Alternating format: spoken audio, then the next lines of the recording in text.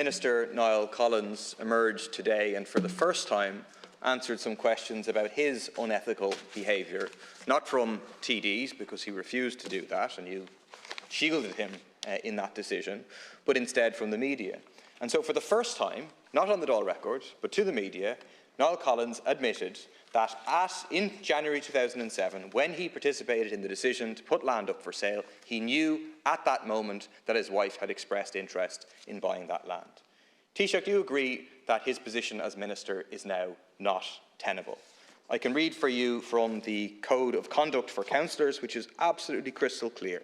Under 2001 Act, councillors must disclose at a meeting of the local authority or of its committees any pecuniary or other beneficial interest of which they have actual knowledge they or a connected person have in or material to any matter with which the local authority is concerned in the discharge of its functions and which comes before the meeting.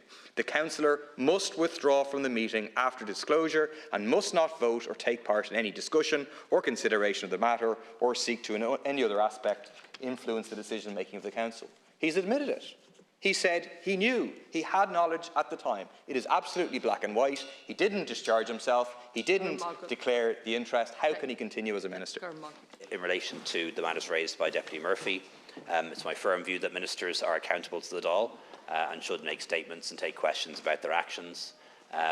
If it is the case, though, that ministers are accountable to the Dáil for actions that don't relate to their work as ministers, well, that should apply to all TDs, I believe, and all TDs should be willing to answer questions here in the Dáil and make statements, and that should be agreed across the board, and we should have fair rules around that as well, and they aren't always fair, but I don't think it's right that only ministers should be required to account to the Dáil, particularly when it doesn't relate to their ministerial functions, and that's what's being argued here.